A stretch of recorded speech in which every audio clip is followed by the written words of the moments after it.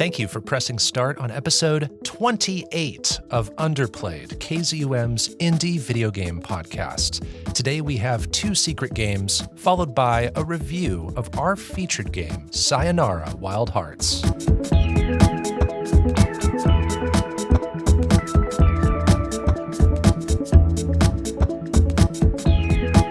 Here on Underplayed, we review indie games of all kinds, the games with small budgets but big hearts, the lesser-known experiences with imaginative ideas.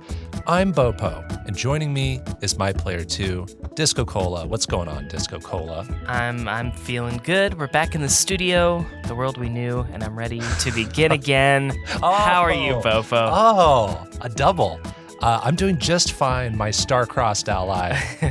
Those are references to our featured game, Sayonara Wild Hearts, which is the rare featured game that I was completely unfamiliar with before playing it. Like 100%.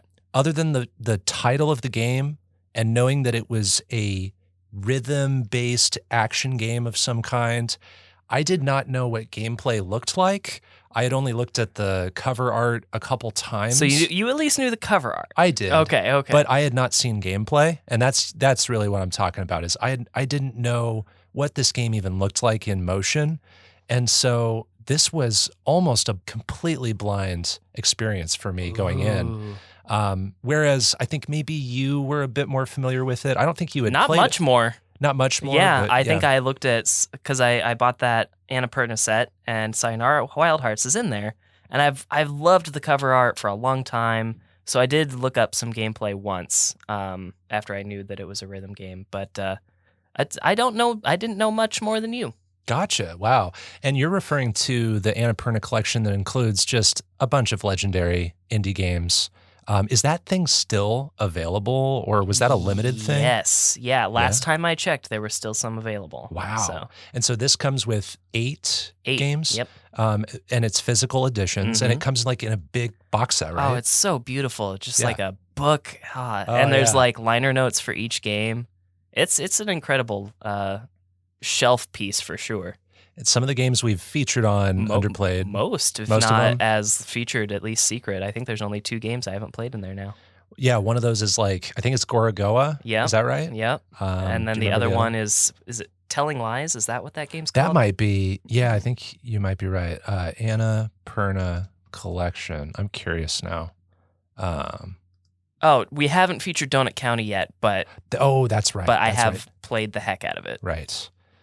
It's from I Am 8-Bit. Yep. And it is 8 Annapurna games, including the first physical PS4 release of Telling Lies and Gorogoa. So the 2 that you haven't touched yet. Yeah. It's the first physical on PS4. That's pretty exciting. Yeah. So, I'm hoping for another set with Stray and Gotcha. Solar Ash and some of the other stuff that's come out. They could do a volume 2 and maybe 3. They probably have enough for 3 volumes of this kind of thing. Yeah, it's Donut County, Gorogoa, Kentucky Route Zero TV Edition, Outer Wilds, Sayonara Wild Hearts, Telling Lies, Watum, and What Remains of Edith Finch. Yeah, Just baby. a great variety. Oh, wow. It'd be cool if like Devolver and... dude, Devolver should totally do one. Yes. All right, well, with that introduction done, let's move on to the meat of our episode, beginning with our secret games. The secret games. Secret games that you'll play. The secret games. The secret games. In secret games, we're each picking a game to play in secret. We don't tell each other what we pick. We pick a game we haven't played for Underplayed before. It can be any indie game, really. Typically a less prominent and well-known game, because we save those kinds of games for the featured game slot. So this is always really fun because I don't know what you played. You don't know what I played. Let's start with you, DiscoCola. Let the mystery be no more. Reveal your secret game for episode 28 of Underplayed. My secret game this episode is, quote, a violent rhythm game from Drool, and it is called Thumper. I know what this is. And I've just sent you the trailer so you can check that out while I talk. Awesome. So, Thumper, like Rain World and Observer, I bought this as an indie game from Limited Run Games that I purchased untested, knew very little about, and I intended to play it with someone very specific in mind. And in this case, I intended to play this with my wife. She's a music student, so was a music student, I should say, and I wanted to play a rhythm game with her. I did eventually manage to get this game in front of her at one point, but that's not how I played it for Underplayed. Anyways, as I mentioned, this is a violent rhythm game. So, there's synergy in the rhythm here.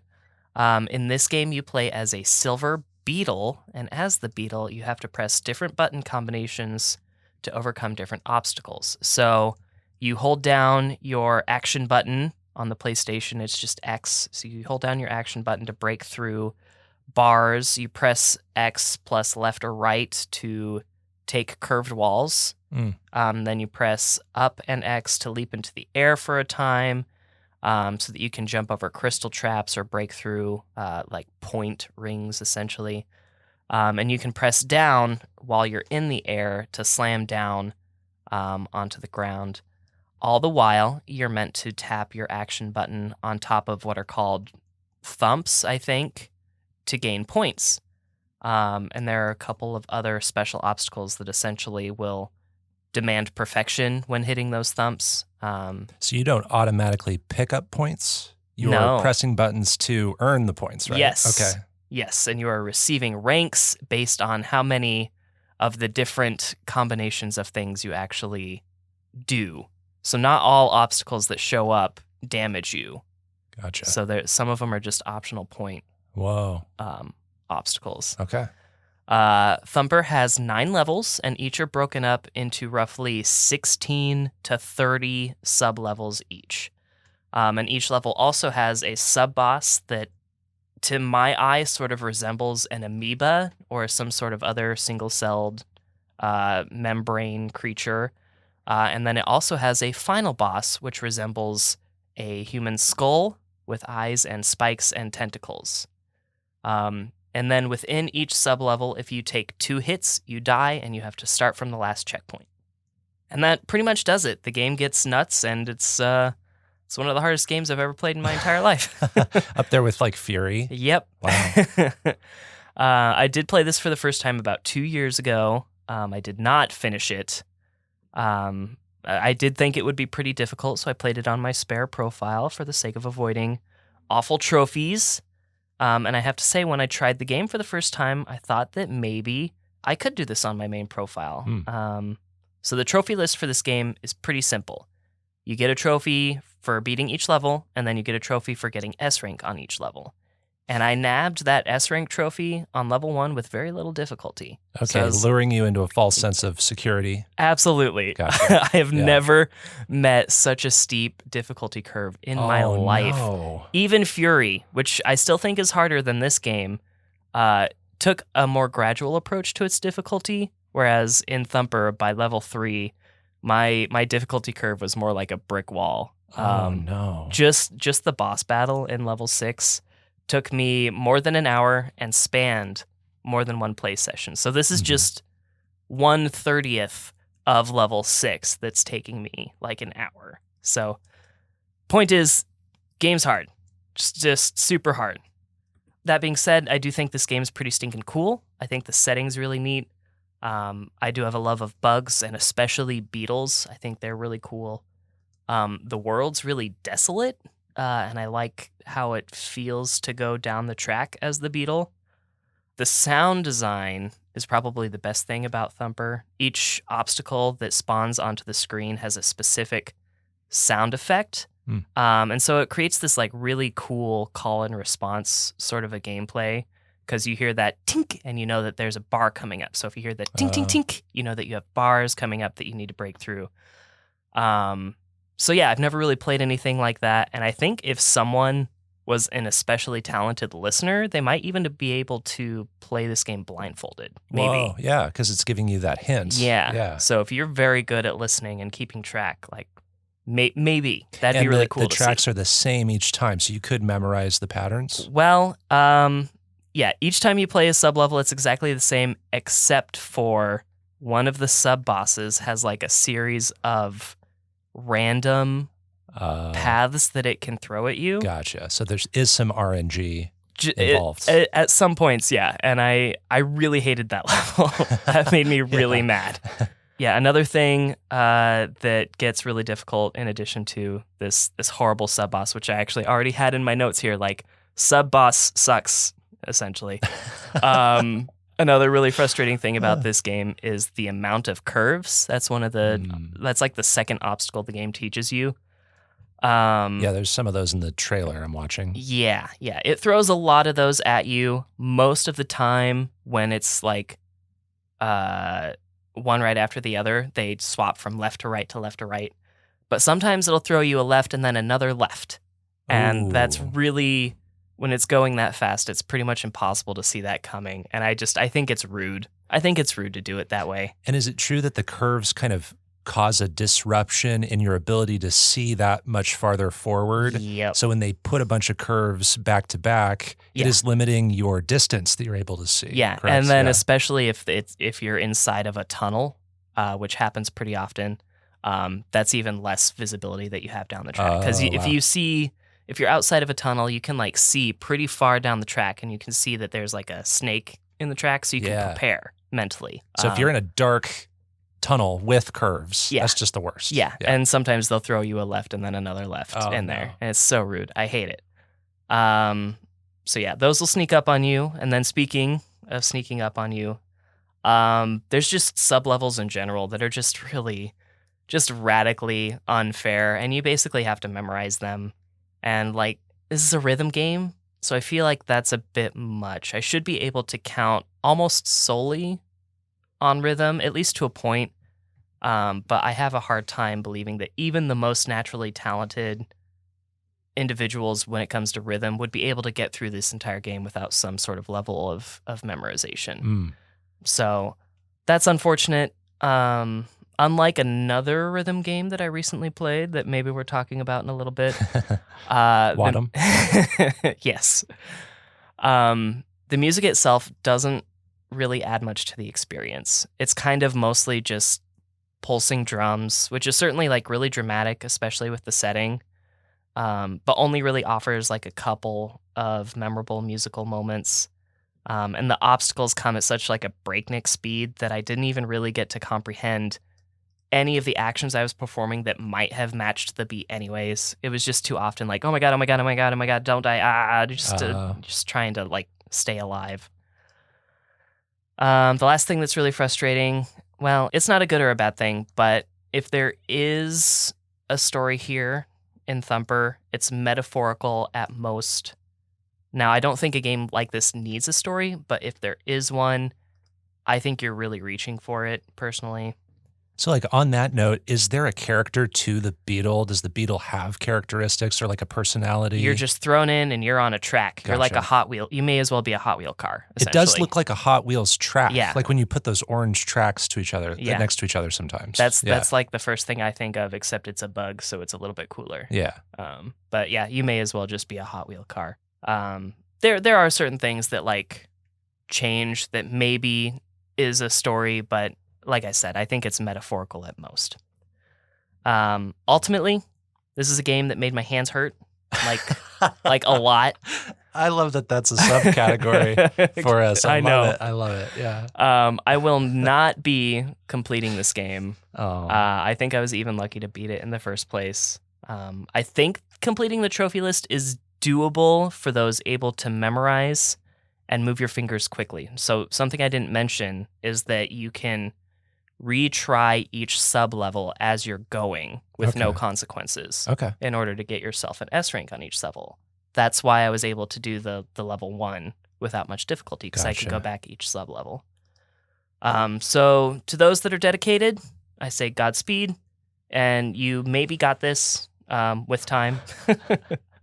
It's one of only a couple of games that I would love to see put into an arcade cabinet. I don't think I could handle playing it, but it would certainly be something to behold, and I think makes sense because it's one button and basically a D-pad.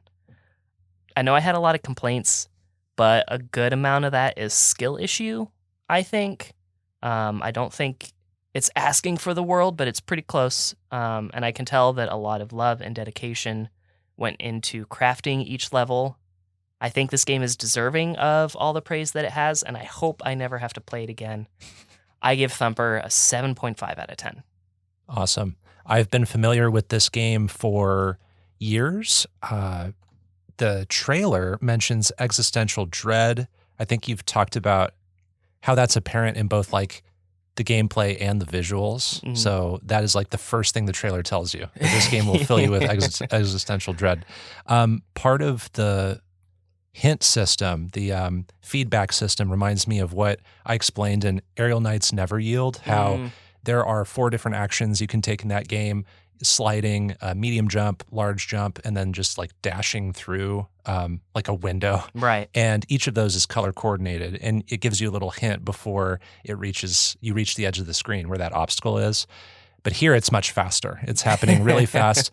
Would you say this game is about the same size? Like if you sat down to play it front to back, is it about the same size as Sayonara Wild Hearts? I think it's bigger. It's bigger? Yeah, I think even if you know every single level, just the levels themselves probably take longer than the entirety of Sayonara Wild Hearts. Gotcha. So I think an especially talented individual could probably, I think like the record's under an hour, maybe. Yeah, I would say it's longer, even if you are skilled and talented. I have seen a talented partial playthrough of this game before on YouTube, and it is a really fun game to just sit back and watch. If it's too intimidating to play yourself, to sit back and watch somebody who knows what they're doing is really fun. You see a lot of that rhythm happening when people are nailing the button presses perfectly. This game also reminds me of a game called Distance that I haven't played, but if you look at the 2 games, Distance is also a game with a great soundtrack, apparently. It's more of a racing game, but it's also like a platformer. And it's very much like the same perspective. The camera looks like it's placed about in the same relation to where the car is that you're driving, but Distance is one that I've thought of. And again, these are 2 games I have not actually sat down to play myself, but I think also it might have come out around the same time as Thumper. But Oh, okay. Yeah, I see what you're talking about here. Yeah, I you have found pulled it? up. Yeah. yeah, it's kind of a generic name, but that's maybe another one to look out for. I Yeah, don't know. Maybe really a less challenging one than Thumper. But I'm glad you reviewed this. This has been on my list of possible games to play as a secret game, and now I can remove Now you it. don't have to. Now I don't have to. If you don't want to. Now I don't have to be punished by Thumper, Yeah. which is DiscoCola's secret game. Yes. So you can play Thumper on Microsoft Windows. I played it physical edition on PS4. You can also play it on PlayStation VR, Oculus Go, Rift, and Quest, Nintendo Switch, Xbox One, iOS, Android, and Stadia. Well, let us move on to my secret game. My secret game this episode does not have really anything to do with Sayonara Wild Hearts. My secret game is Carto. Ooh, okay. So I've heard of this. There was a physical that I couldn't afford when it came out, and I missed it. Anyways, I'm really excited to watch this trailer while you chat. So, Carto is a 2020 puzzle adventure game developed by Sunhead Games and published by Humble Games. I will read the game synopsis from the Steam storefront. Quote, Carto is a charming adventure game wrapped around a unique, world-altering puzzle mechanic. Use this power to explore mysterious lands, help a quirky cast of characters, and guide Carto on her journey back to her family. End quote.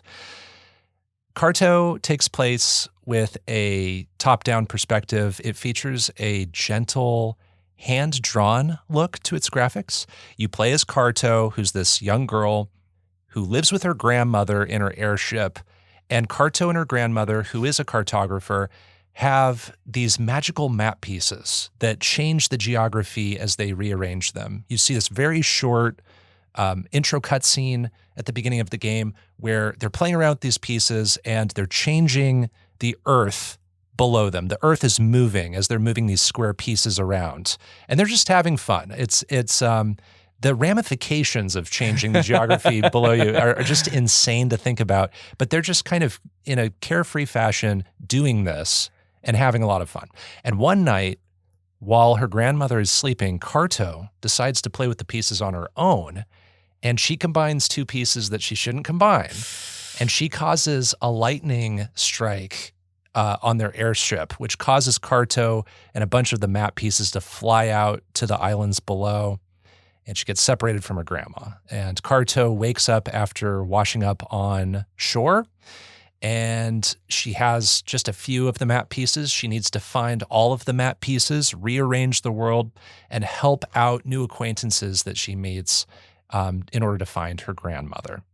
So the game world can be changed at any time by pulling up a map and seeing this grid of squares and rearranging these map pieces, rotating them, fitting different sides of them together to create new paths to explore. Each square can be placed next to another square as long as two of their sides match. So for instance, a land piece connects to a land piece, a water piece connects to a water piece. There are some pieces where two of the sides are water and two of them are land. And if you have an identical piece, as long as you match water to water or land to land, those two pieces can be adjacent to each other. And further in, there are all kinds of different terrain to connect, including forests and walking paths. There are snaking rivers you can create. There are desert sands, multiple kinds of snow and ice. And Carto finds new pieces of the map by walking on land she hasn't seen yet. And in doing so, she might interact with people in the world who need something. And this is where you get into little favors and quests. Mm-hmm. Some people might need help preparing for a gathering. Someone might be looking for their lost sheep. There might be a missing villager that you have to go out and find. And in telling you about what they need, these new acquaintances, these villagers, will describe where the missing person or thing is. They might say, last I saw this missing person, they were next to the lake. And they'll just refer to the lake as if it's there, even if it's not actually on your map. And then you'll pull open your list of map pieces and you'll find, for instance, two halves of a lake. And if you place those next to each other, it will create that NPC in the map. You have just created what they just described, and it creates that person or thing in the world. And that's usually how you advance and get new map pieces. And so that's kind of the loop, is people describing where something is that's missing, you recreating that with your map, and then continuing on from there. And in addition to map pieces, Carto sometimes finds miscellaneous objects that have to be returned to characters. So she has an inventory of sorts. And along the way, Carto will get these messages from her grandma in the form of paper airplanes. That's sort of how that's usually happens at the beginning of chapters. So she's kind of getting this interaction from her grandma in a really charming way. And then there are 10 chapters, each with different mechanics and ideas going on in Carto. What I liked about Carto, nay, loved about Carto, is that this game has a general temperament and feeling that I often chase with indie games. It is a cozy game. Cozy games are very popular right now in the indie game world. This is a great example of a cozy game. There's a casual sweetness to how this game feels. It stars a child that you play as, but it's also not schmaltzy in the way a game made only for children might feel. This is a game that truly everyone can sit down and enjoy and understand almost instantly. I would recommend this game to so many people because it's so accessible and the puzzle mechanics are new and fun and original. The game evolves in interesting ways in each chapter. You start off by building a walking path in one of the first chapters. And depending on the path you build, you'll go to different places. Carto will have access to different areas. There is a chapter that uses sound to guide Carto. She's in this like really thick forest and you're listening to little cues that tell you how certain pieces should be rotated. There's another chapter where you're lost in a desert looking for an oasis. There's another interesting idea in a volcano and hotel spa where Carto is traversing various floors that are on top of each other. And the pieces you rotate on a particular floor also affect the floors below you. So you have to go to certain floors, examine how things should look, but then only after going to the floor above can you rotate that floor. So it's a lot of really fun ideas. There's always a new idea they're playing with this idea of rotating map pieces and putting them into different combinations. The gameplay constantly feels fresh, never too much at once though. Each idea has like the right amount of time to be explored, to its fullest extent, and then we're moving on to the next idea. The rules of how to lay down the map pieces also give really manageable boundaries to what you're able to do. Before I played Carto, I knew it was this game where you put map pieces down and you can rotate them however you want, but I was afraid the idea was too open-ended. And that's what I'm worried about. Yeah, I was worried that, am I going to have to look up every solution in this game? Because just think, if you have 5 map pieces and they're all squares and they can all be rotated, 90 degrees or 180 degrees, however you want, and just can they be put together in any fashion? And is that going to be really confusing? There are rules in place that help guide you towards solutions. And I think the amount you're able to do, but the amount the game also restricts you from doing is just right. Oh, bless you, Sunhead. And I didn't, yes, and I didn't have to really look up any solutions. Even some of the end game puzzles that were more challenging, that a lot of people online warned got really challenging, I stuck through it and I didn't look up any solutions. And I found that to be really rewarding. Carto herself as a character makes meaningful impact with people she meets. She meets this girl named, I'm going to guess that it's Cheyenne is how we pronounce that. But Cheyenne kind of becomes her best friend. Cheyenne has gone through this coming of age ritual and is leaving her village when Carto meets her. And so she kind of becomes a sidekick.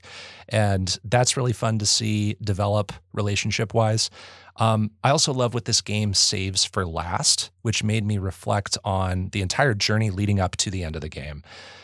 I have very few dislikes with Carto, and they're pretty minor in annoyance. There's this place called the Story Chalet that is run by the Story Tender. It's like this little library that you go to between some of the chapters, and it just feels like we go back to that place maybe 1 or 2 times too many, whereas the other sections of the game, you really just go to once and then you're on to the next area. So it feels like the Story Chalet pads out the game a little bit, where we don't need that. Even though each time you go to the Story Chalet, you're doing something, I guess, kind of new. So it's kind of a minor annoyance there. And then the other thing that I would improve about Carto is when you're moving these map pieces, you sometimes need to be extra mindful about keeping your pieces tidy. When you pick up a map piece and you want to put it in a new place, if you're trying to replace a piece that's in the spot you want to put it, you have to move that first piece to a valid spot first, then pick up the second piece and move it. You can't just There's not like a swap button. There's not a swap button. And sometimes if you have a couple dozen pieces all going on at the same time, and you're moving that first piece to make room for the new piece, you have to do some shuffling around to find a proper spot for it. Then you can put in the new piece. So that just was a few too many extra steps, and it was just a little annoying. But overall, Carto is the perfect length, difficulty, and kind of recommendation to puzzle fans I'd like to make through this podcast. It is a great game for casual gamers too. It has the general temperament and coziness I adore about so many indie games. And it's games like Carto that are the reason I like playing indie games. Thinking about its existence genuinely makes me happy, which is why I would like to give Carto a 9.5 out of 10. Ooh, baby.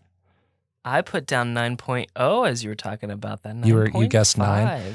And it's playable on PC, Mac, Nintendo Switch, PlayStation 4, which is how I played it, and Xbox One. Awesome. So I only have a couple of questions because I think I really want to check this game out for myself. It's readily available physically and actually cheaper than most of my usual physicals, so Nice. that's a good sign. You mentioned having multiple different kinds of terrain. Yeah. Can you mix and match types of terrain? Can you have desert butting right up against some snow? Yeah, that's the part where there's a boundary. You have to match up desert to desert. But a desert piece might have another kind of terrain. It might have, one side of a square piece might have forest, but another side might have water, and another side might have just grass. Okay. But you can't match grass up to forest. You can't match forest up to water, so the game knows what to give you. It becomes very apparent like what you're supposed to match up, and it becomes pretty intuitive. Okay.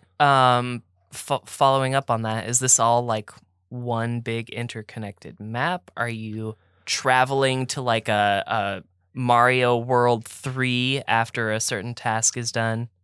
The game transports you to different places. Basically, there are chapter breaks, Okay. and there's kind of a cut Yeah, scene. you mentioned chapters. Yeah. And sometimes you'll go into like a hole in the ground, and that takes you to, a new chapter. You cannot access all 10 chapters on the same map, but the game does something that's really interesting with that kind of idea closer to the end of the game that I think is really fun. So yeah, you're not like, when you're in chapter 8, for instance, you can't walk all the way back to chapter 1. You're just kind of in chapter 8's world with And all you- those map pieces. all Yeah. of the map pieces or just chapter 8 map pieces? All of chapter 8's map pieces Okay, is what I meant. okay, Yeah. okay. But your question actually reminded me of something cool you can do. Carto can move map pieces that she is standing on. And, as she's moving these pieces, it's changing the game in real time. You're opening up the map, you make a change, and then when you close that map, that change has taken place. You're now sitting in the world you just created in the map screen. And you can this is where it'd be really fun to watch a professional speed run of this game. You can use that feature to take the map piece that Carto is standing on and move her to a completely other connecting piece of terrain. So you can like teleport essentially. You can basically teleport, and that's how you solve some puzzles. Wow. There might be a place that you can't get past because of, I don't know, an obstacle, a mountain or something. But then you move the piece that Carto is standing on the side that you're currently on to the other side, and now that's how you get past that obstacle.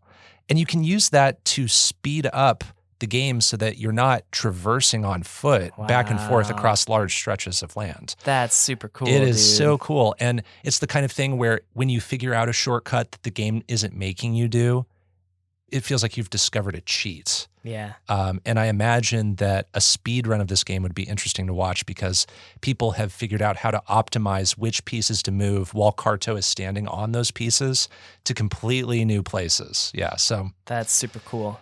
That's really refreshing in this episode where it's like almost literally impossible to speedrun rhythm games that have set level lengths. Mhm. But Yeah. yeah, that's super cool. Yep. And recently I texted you, I love video games. That was outside this. That I was was about. thinking about Carto when I texted you that. And then also, there is another secret game I've played called Maquette from Yes. season 1. Although Maquette is a first-person puzzle game and is like very different visually, it's kind of that same idea of Mhm. you have a map of sorts that you're adjusting, and in real time, the world around you is shifting. And I thought that I didn't think that I would run into that idea that looked so different, but I did with Carto. Yeah, it's when you first started talking about it, it reminded me of, and it's a little bit different, but it reminded me of like Oracle of Ages and Seasons, or I imagine Link to the Past. I haven't actually played Link to the Yeah. Past, but Yeah. just sort of like going from the future to the past and how maps are different based on your era. Right. There's some in the beginning of the game that reminds me of some of those ideas in those games for sure. Another thing I wanted to mention, the music in this game is fantastic.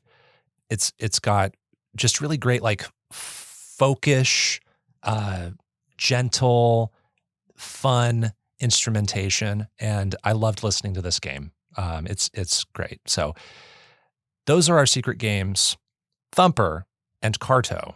let's move on to our review of Sayonara Wild Hearts. It is our featured game.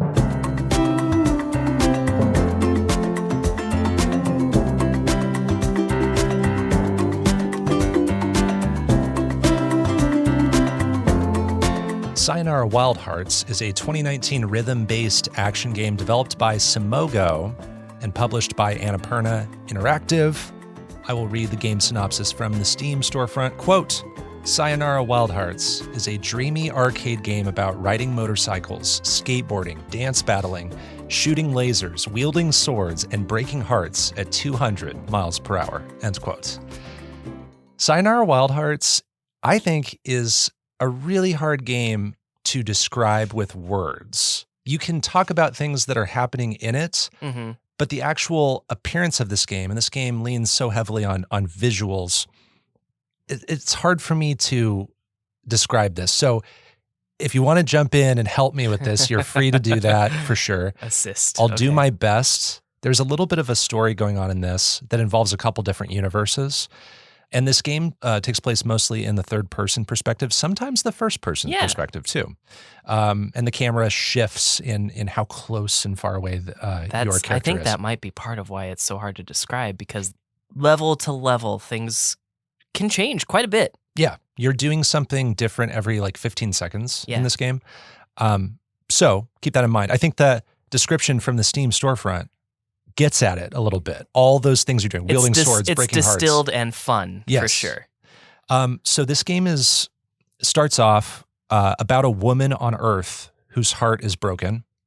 And simultaneously, there's an alternate universe that focuses on arcana that one would see on tarot cards. So you might be familiar with, those tarot cards that say the High Priestess and the Hanged Man and Temperance. That's where a lot of these characters are based on in Sayonara Wild Hearts. And in this alternate universe, there are 5 cursed arcana that steal all the harmony from that universe. And they are Death, the Devil, the Moon, the Lovers, and the Hermit. And the 3 divine arcana that watch over the universe, the High Priestess, the Hierophant, and the Empress, as sort of a last-ditch effort, right before they fade away, they create a heroine from the pieces of a shattered heart that takes the form of a butterfly. And that butterfly flies to the girl on Earth whose heart has just broken. So the butterfly brings the girl to the universe where all harmony is being stolen. And the girl then rides on her longboard along this place called the Bittersweet Starway, which is this colorful road filled with hearts that the girl collects. And this is where we take control. And we're playing the game now. At the end of the road, the girl grabs the butterfly and transforms into the heroine of this game, which is the Fool. And then it's her job to chase after the 5 cursed arcana and free this alternate universe and restore harmony there. And while doing so, she encounters foes that I think represent the girl's past lovers on Earth. Am I interpreting that right? That's the only part of this whole thing that I was able to interpret. Okay. Everything else that you talked about with the alternate universe, I didn't pick up on any of that. Well, the only way I picked up on that is because I watched a lot of those cutscenes multiple times because I replayed things and I opted to not skip cutscenes when I did that a lot of the time. So that's how I understand it. But that's really it. You don't have to follow this game first and foremost for its story, I would argue. I think it's first and foremost about the music and the gameplay. And it is an arcade experience with lots of bright colors. Particularly purple, pink, and green. Yes. Lots of those colors going on in Sayonara Wild Hearts. There are 23 levels, each of which is only a few minutes long. So you can sit down and play this game in one sitting, front to back, if you want. The girl traverses all these levels really quickly, and it's usually on rails where you're able to steer up, down, left, right, and you're collecting hearts and building combos to achieve high scores. And you're avoiding obstacles. You're avoiding projectiles. If you get hit, you make a mistake, you might fall down a pit or something like that. You'll respawn at a checkpoint, but you will lose your combo. And so you want to maintain that combo to get a high score. There are also square coins that can be collected in each level to achieve full completion and are often required to get gold ranks. You can get a bronze, silver, or gold rank in each level. And there are almost countless number of different mechanics going on in each level. You can drive cars and motorcycles. You can float along in the first-person perspective, collecting things. You surf on giant tarot cards from time to time. You fly through portals. You time button presses to the music to achieve things more in tempo to get more points. And music plays a huge role in this. Sayonara Wild Hearts is described as a pop album video game with a large emphasis on action set to the beats of the tracks. The music was composed by Daniel Olson and Jonathan Eng, and it's this electronic indie pop. And when picking a stage, you're really picking a song title to listen to. Yep. Like each stage is a song title from their album they wrote for this game. So it's basically an interactive indie pop album. Now, before we move on from the composers right quick, did you notice Daniel Olson also did the music for a secret game that we've done this season? Was it, I'm just going to take a guess, was it Device 6? It was Device 6, baby. I took a guess there because that was also Simogo. That's awesome. Yeah. And it was very different music from this because that was more of like a spy science fiction thriller sort of soundtrack. Some range there. Great range. The Darren Korb of Simogo. No, I don't know. And then the game also features narration from Queen Latifah. Of all people. Of all people. Yeah. And I didn't know that going into the game as well. So anything you would add to that? We could just go on and on about the kinds of things you'll see or do in this game. But I feel like that'll come up in how we review it. Yeah. too. Everything else that I feel needs added is a part of my review. So Yeah. I would say if you're curious about the game, and you don't want to listen to our thoughts before playing it, maybe like check out a quick couple minutes of gameplay to just get an idea of what this looks like. Because again, it's hard to explain what this looks like, but the game moves fast. There's a lot going on. DiscoCola, I'm just going to get into it by asking you, what are your thoughts on Sayonara Wild Hearts? Man, Sayonara Wild Hearts, I am quite happy with this game. Like That's awesome. That's about it. I don't really have complaints, like pretty much at all. I think one of the things that came to mind when I sat down to write my notes is that this game uses one of the most basic video game mechanics on the planet, and it uses that to create a through line and a sense of consistency throughout the entirety of the game while trying so many cool things in a bunch of different levels. So we ride a bike, we drift in a car, we're even a side scroll shmup for a little bit. Yeah. And throughout all of that, we are collecting little tiny hearts and using that to increase our score. And so it always feels like it's the same game if you're in third person or first person, if you're pixelated or a 3D model, or if you're in a car. And it does that. And it's just so cool because like these levels don't all feel the same, but you have that consistency throughout. Yeah, and I'm just so impressed that they use something so simple like that. Obviously, it shouldn't come as a surprise that I love the art style here. It's another one of those games that features like simple colors and shading, low on like facial details and stuff like that. It's just very bold, and it has my favorite color palette with that pink and purple and green. It's kind of similar to our show's color palette. I think when I was trying to like pick my favorite colors for Onimochi, I think I color picked from some Sayonara as well as some other Hyperlight games. Drifter and Sayonara Wild Hearts Pretty much. really, it has it covered. Yeah. Whereas Thumper may or may not have had like a lot of events synced well with the beat, Sayonara has so many cool moments in each level that sync with the music. Yes. And in some cases, the entire gimmick of the level revolves around the music. Parallel Universes is one that I'm thinking of specifically. Incidentally, also one of my favorite levels. Yes, those snaps, man. Yeah. Those snaps. They're just in your head. Yeah, Oh, snap. I love it. Snap, snap, snap. So cool. good. Yeah, and like they maintain beautiful moments in quick time events by allowing the music to crawl to a slow. So even if you don't hit that quick time event button correctly or right away, once you do hit that button, it just picks up right where it was. So it'll go, begin again. Yes. Begin again. Yeah. And it'll just pick right back up where it was so that it still maintains the singing throughout the rest of the level. You kind of alluded to it. I could kind of take or leave the story. That's not to say that it's bad or anything. I just can't quite as easily relate to it just because my days of romantic heartbreak are kind of like really far away Sure. from me at this point. This isn't going to pull a To the Moon on you like To the Moon did when I was 20. Right, exactly. Yeah. Okay. Sometimes, especially when I'm going for gold, some of these levels can feel really long, and like most of them are actually less than 90-second songs. So it's weird that sort of temporal difference can just sort of occur in your mind.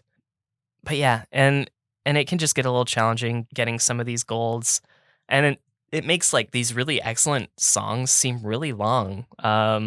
In fact, when I pulled up the album, I was like super surprised to see that the entirety of everything was like less than 50 minutes. Yep. But speaking of that, the music, I love this music a lot. I love this a lot. A lot of these songs have surpassed stuff from like Donut County and Kentucky Route Zero in terms of like minutes listened. And I listen to those songs a lot. I love this music. It's so good. I would take another round of songs and levels. My oldest kid loves this music. They'll always ask me if we can listen to purple music. Is what they call it because of the album art. Is that purple heart. So you've got a 2-year-old fan out there, Sumogu. So you know how there's onomatopoeia, right? Yeah. You know what that is. Right. Well, I don't know what the word for it is, but there must be a word for when you hear a sound and it creates a picture. And that's what these songs are. I can't not see the levels when its respective song plays. Yeah. Especially with like parallel universes, like you said. The biggest complaint I have about this game, and it's not even a huge complaint, is that some of the trophies are a little bit annoying to nab. I don't always like when games ask me to intentionally perform poorly. Sometimes that can be harder than, maximizing your points and getting gold. So So how the trophies in this game work they are all riddles. The game gives you all of these kind of like vague phrases, and you need to parse out what that means in relation to all the levels. Some of them ask you to just do really well. Some of them ask you to do miscellaneous tasks. And some of those miscellaneous tasks are doing things that aren't very intuitive or things you wouldn't think to do, like doing poorly, like you said. Yeah. They're like one of them is asking you to get 0 points on a level. Yeah. And it's not actually collect anything, which is it's really hard to do. That's one of my least favorite ones. One of them is asking you to get a gold in a certain level, then a silver in a certain level, and then a bronze in a certain level. Yeah, too. all right next to each other. Yes. Yeah. So yeah, that's really my only complaint is just that some of the trophies are kind of a pain. Sayonara Wild Hearts, it's a game that I've been looking forward to for a while. I was worried that I wouldn't be good enough to do well in a rhythm game. But this game is a great difficulty with music. I had no idea that I was going to love this much.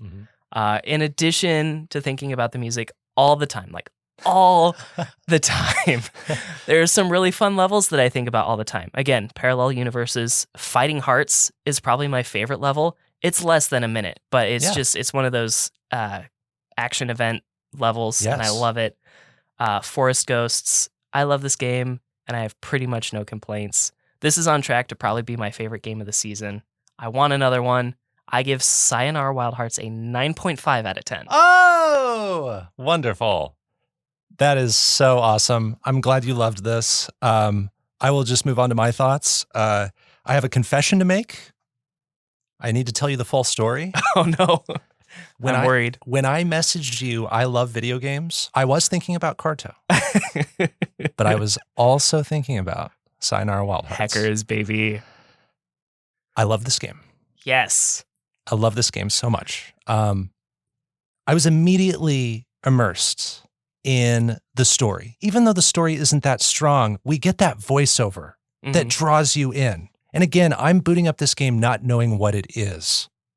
So I'm ready for this game to do what it does. I don't know what that thing is. And we get that voiceover not long ago. I go, oh, okay. Thanks, Queen. Yes. I was drawn in with that.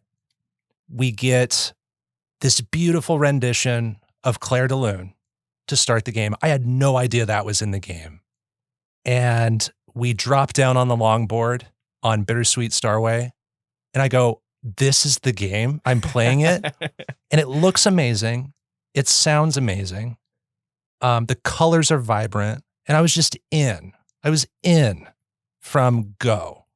I was impressed by everything this game reminded me of outside the game. I was reminded of so many different things, not just from video games, but mostly video games. I was reminded of flying stages from Spyro at certain times. I was reminded of running toward the screen from Crash Bandicoot. I was reminded of timing button presses from Elite Beat Agents. I was reminded of mushrooms from Mario in a level. I was reminded of shmups, like you mentioned. I was reminded of Rez, which I hadn't played in 15 years. I was even reminded of this music video by the Red Hot Chili Peppers that I used to watch as a kid called Californication. Have you ever seen that music video? Not since I was a kid. I don't remember it. In that music video, the band is playing. You see live action footage of the band, but there is a video game presentation. All the band members are turned into video game characters, and they're running on rails through all these, through California, but it's a video game. And they're collecting points. It's much slower paced than Sayonara. But that always kind of opened my mind as a kid about like what video games could be. And I ended up never really playing a lot of games that looked like that, but it reminded me of that music video of all things. All those things and more. This game has the most wild variety of gameplay mechanics that each have time to shine and impress me. I give a huge praise for the music. Obviously, this is one of my favorite kinds of genres. And, you know, to quote the music, it fits so perfectly. That is a line in one of the songs. And this music does fit so perfectly. The music is timed to so many moments of action and on-screen feedback that makes you pay attention to the sound. No track is weak. The game is short enough that not only do you want to play it for all the gameplay, but also just to listen to this music. I wanted to keep listening to this music to just hear what this album had waiting for me. This is easily my favorite soundscape of the season. I don't care that I'm spoiling our last episode of the season where we break down our awards. I don't think this will be dethroned in that category. The game is what it is because of the music. Yeah. That is undeniable to me. This game manages to look impressive even when you're not doing well, too. When I'm sucking at Sayonara Wild Hearts, the presentation is still amazing. The checkpoints respawn you immediately. I don't get frustrated when I'm failing over and over because it's throwing me back into the game immediately and I want to try again. And there isn't even time for me to consider wanting to quit and put the controller down. That's true. So it maintains this locomotion without disrupting and punishing me too much for a mistake. It feels encouraging in that way, in that it's throwing me back in immediately. It's probably a game that's just as fun, maybe more fun to watch someone play than play yourself. I love the color of this game again. I played this game with my TV backlight on, and my TV backlight really projects those pinks and purples and greens really well. So that was accentuated and highlighted. If you're able to play this with some kind of a bias lighting on your TV setup, try to do that because this game is just such an experience. Also, you know, going kind of back to the story, but more so the emotion this game throws you into. This game sincerely expresses emotion in a way that's hopeful. So even though the story is a little abstract and I'm not following it super closely, I kind of just generally understand what the game is trying to do from a narrative perspective. The game captures this energetic feeling of being young and curious. And of all things, the game uses kissing as a form of resolving conflicts in a way that was unexpected, that I just did not see coming. I thought that just seeing that visual was emotional for me. And then Queen Latifah. Queen Latifah. I want her to narrate my life. Like long ago in a town not unlike yours, there was a sad man who played indie games all day or something. That would just make my life. I have very few dislikes and they're minor quibbles. I wish the chapterization of all the levels was a little bit more clear with the stage selection, and I wish that the levels weren't ordered in a really long line. So that if I'm playing level 21 over and over and over again to like get the gold rank, and then I decide for one of the trophies I need to go back to stage 4, I have to go back through all the levels, and it doesn't scroll super fast. Doesn't either. scroll fast. It's sometimes hard to find the one you want. I think maybe like, how there's Heartbreaks 1 through 5, and then those are kind of like the chapters of the game. Maybe those could just be laid out in like 5 horizontal rows or something. Sort of like a streaming service on. Kind of like that. Yeah. Maybe just a way to navigate those levels a little faster. I wish there was a way to skip cutscenes by holding a button press rather than pausing the game and selecting skip cutscene, especially when you're trying something over and over again, and one mistake means not only do you have to replay that section, but you have to start over the whole level. So I just wish, I didn't have to do that extra button press. Really minor annoyance there. Sometimes I don't like driving some of the vehicles because they move erratically too, and it's just a little trial and error. I'm thinking of like when you're playing first person on a motorcycle and then driving the car. Yeah, the car. But that's really it. Overall, Sayonara Wild Hearts is this symphony of color and music unlike anything I've played. It is a near flawless masterpiece of action and music and emotional resonance all playing together in concert. And it's great for playing in bite-sized chunks or front-to-back playthroughs if you want. There's consistently memorable and catchy music that is central to the experience. The game celebrates forgiveness in a way that's really positive, maybe even life-affirming. If Carto is the reason why I play indie games, Sayonara Wild Hearts is the reason I play video games. Whoa. With their ability to do things with audio and visuals and interactivity in ways no other media can, I think this is a quintessential video game experience, which is why I want to give this a 10 out of 10. Wow. You know what, Bopo? I kind of want to up my score. You want to bump up your score? Kind of, because I'm thinking about other 10s that I've given, and I gave 10 to Unpacking. I like this more than Unpacking. I think you should bump up your score then. I'm going to do it. Let's do it. Okay. Our first game that's featured that we're both rating a 10 out of 10 on Underplayed. It's a masterpiece. I don't think any masterpiece is perfect. No game is probably ever finished. Every game could probably be improved. There are really minor tweaks I would make to this, but I think it is a masterpiece. So there's not a lot to talk about, narrative-wise. We could sit here and just list all the things you do in this game, but that might be a little boring. So where I'm going discussion-wise is just like, what's your highest priority when you're first sitting down with this game? You haven't played Sayonara Wild Hearts before. What's the first thing you went through? Did you go for like finishing all the levels? Did you try to get a gold rank in each level before you moved on? What was that like just sitting down for the first time and playing through? So I think after I played probably the first or second level, I sort of gave it a hierarchy of tasks. So my first task was to make sure that my level select screen had all the little squares collected. Okay. I collected the squares first, and then I went back and tried to get gold before moving on. Interesting. Okay. And then I finished all the levels. I think maybe at the end I might have just like gone for it, maybe skipped a square or two in the last couple levels just to like see the end. But that was sort of my hierarchy. Get all the squares, then get the golds, and then move on. Wow. Okay. That's not what I did, actually. Okay. I would normally do that for games where things are missable, or if the game is incredibly long, or if it's hard to backtrack and like redo certain sections. But this game is chapterized so much, and it's, an hour's worth to play front to back or so, maybe a little over an hour. And also, I kind of thought the more I get along this game, I bet it'll get harder. And I wonder if just getting that extra practice earlier on the harder levels will make me more efficient at cleaning up the earlier levels. That's kind of where my mind was going. So I did the most general stuff to the least general and more specific stuff. So I started with finishing the game, then I gold ranked all the levels, then I collected all the square coins, then I did miscellaneous trophies. So I kinda we did things it in flipped, reverse. Yeah. but we both had an incredible time with this, which Yeah. is really interesting. And we both chased that completion. And, yeah. I'm not there yet. I should note. I'm not there yet. Okay. I haven't done it. I'm Gotcha. still working on the drifting one. The drifting one. Where you get no points. Oh, yeah. Yeah. That was one of the last ones I got. Yeah. That one's frustrating. That one just takes trial and error until you like memorize the level. And there's a little bit of luck. But the last checkpoint before the completion of that level is really generous. If you collect points, you can easily like crash and then it'll restart you at a good spot. So you just have to get there first.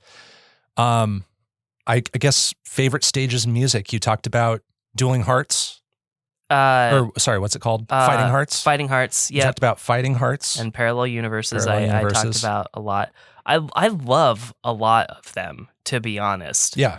So it's probably easier to talk about ones I don't love quite as much. Forest Ghost, I don't know if I like that level or if I just like the song. I don't like Forest Dub's level. The one with the mushrooms? Yeah. I kind of don't like any level that has the like touch fuzzy, get dizzy mechanic from Yoshi's Island. I like that one because it is such a different kind of tempo. Yeah. You know, it's cool to listen to for sure. Yeah. But that also affects how the hearts come at you too. Yeah. And it's not what you expect. Right. And it really threw me off because I was in the groove of the previous like 3 levels and then that comes. Yeah. It's just a great way to switch things up. But it is also like a little short and a little unmemorable compared to some of the other ones. That's true. Yeah. The Heartbreak songs and levels are usually not quite as memorable to me. I remember Heartbreak 3 a little bit more than the others. And I remember Heartbreak 4 taking a long time to get the gold on. Yeah. Yeah, they're not all created equally. And you'll have a very hard stage that's takes you a long time to get the gold. But then the next 2 after that will only take a few tries. Like the first level to the last level, it's not like easiest to hardest. Mm-hmm. It goes up and down. It goes in troughs and peaks as in difficulty. You mentioned Rez. Yeah, Hate Skulls is basically Rez, which was super fun. Reverie is another level that's a very fascinating departure. It reminds me of like this mini game that you play in Tempest 2000, which is kind of cool. Yeah.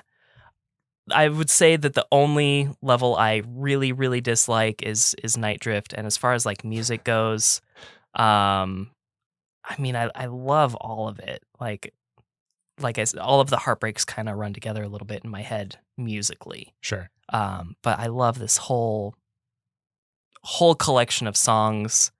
Begin Again is probably my favorite song just of the season. Yeah. Probably the last 2 seasons. I listen to that all the damn time. I had to listen to that tons of times because you need to for the trophies. Mm-hmm. You have to gold rank that stage 3 times in a row. And then just getting the gold rank the first time, I retried that stage so many times, and it's very long. It's the longest one and in the whole game. I still didn't get tired of that music. I love that song so much. I play it all the time. It's on the radio all the time. I love it.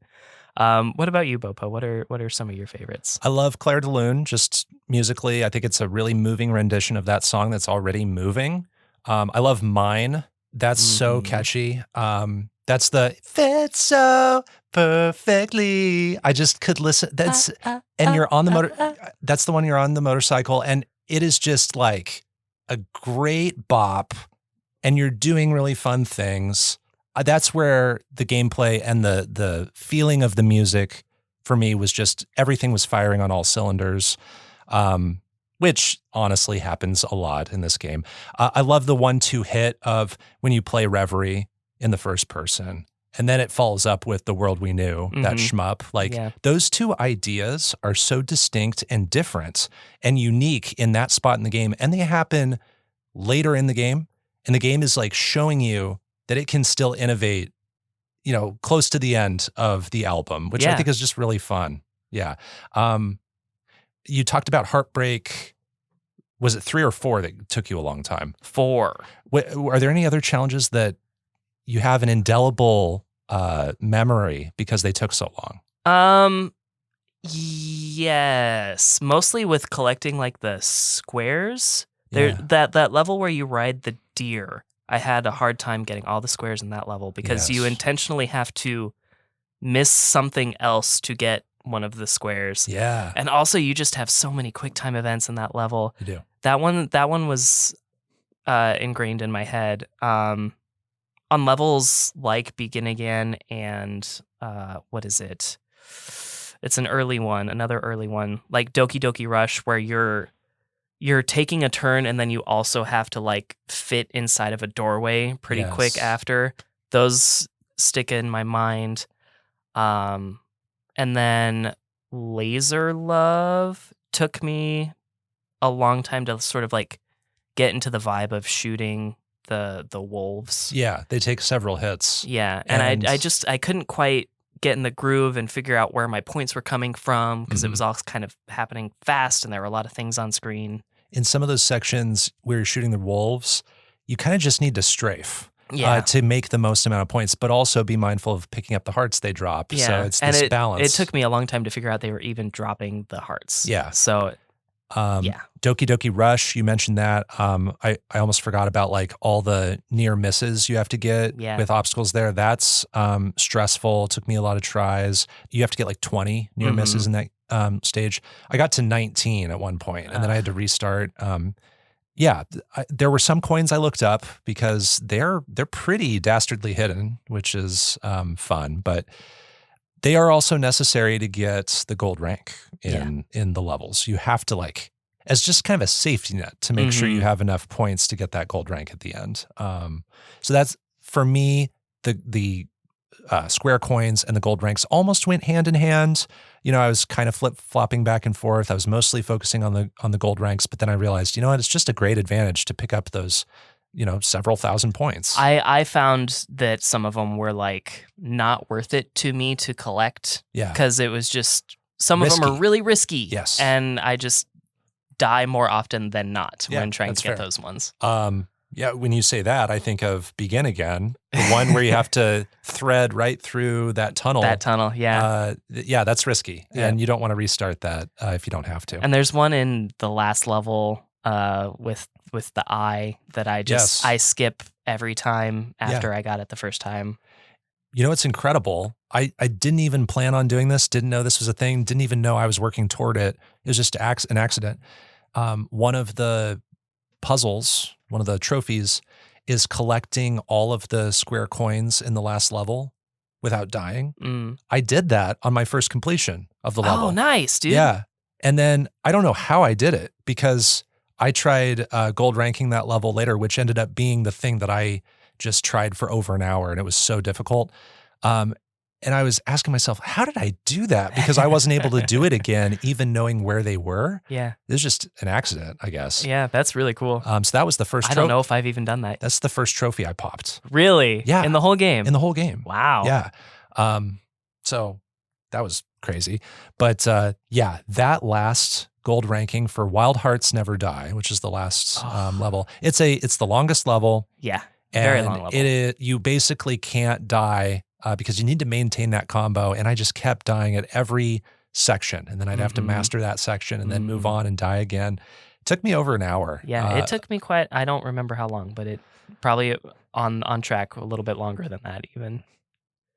Simogo made Device 6, which I reviewed earlier in this season.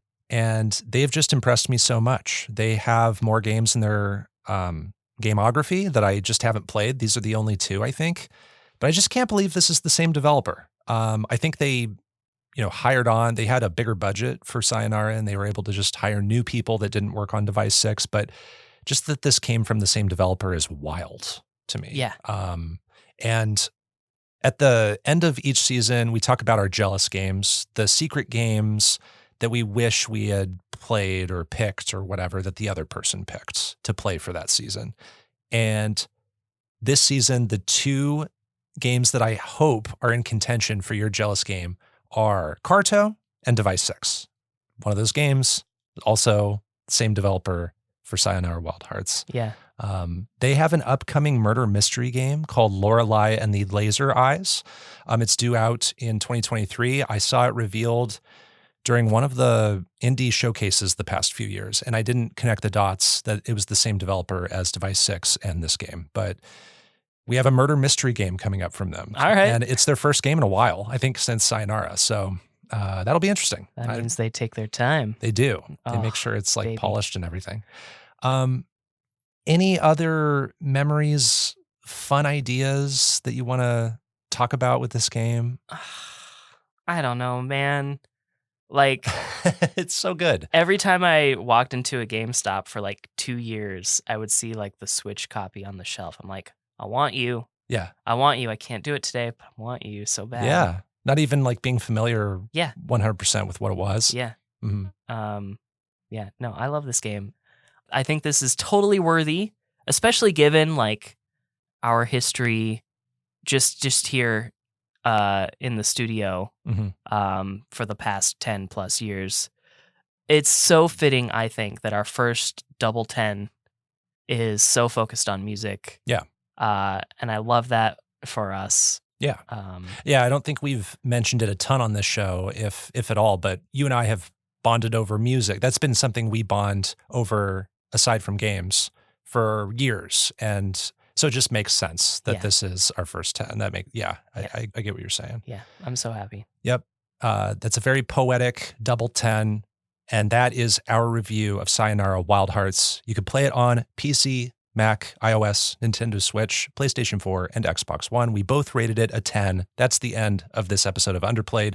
You can find more of our episodes at kzum.org/underplayed and on common podcast services like Spotify or Apple Podcasts. Our music was composed by Jack Rodenberg. Our art comes from Oni Mochi. Underplayed is on Twitter at UnderplayedPod. You can find me on Twitter at BoPo, that's BO_PO, and check out that same handle on the GG app where you can see my game lists and what I'm playing at the moment. And I am at DiscoCola on Twitter and Twitch. I'm also on the GG app now, but don't have a finished list, but I'll get there. Next time, we will have 2 more secret games to review, and our featured game will be Solar Ash, an action-adventure platformer developed by Heart Machine. Until then, everyone, keep on playing.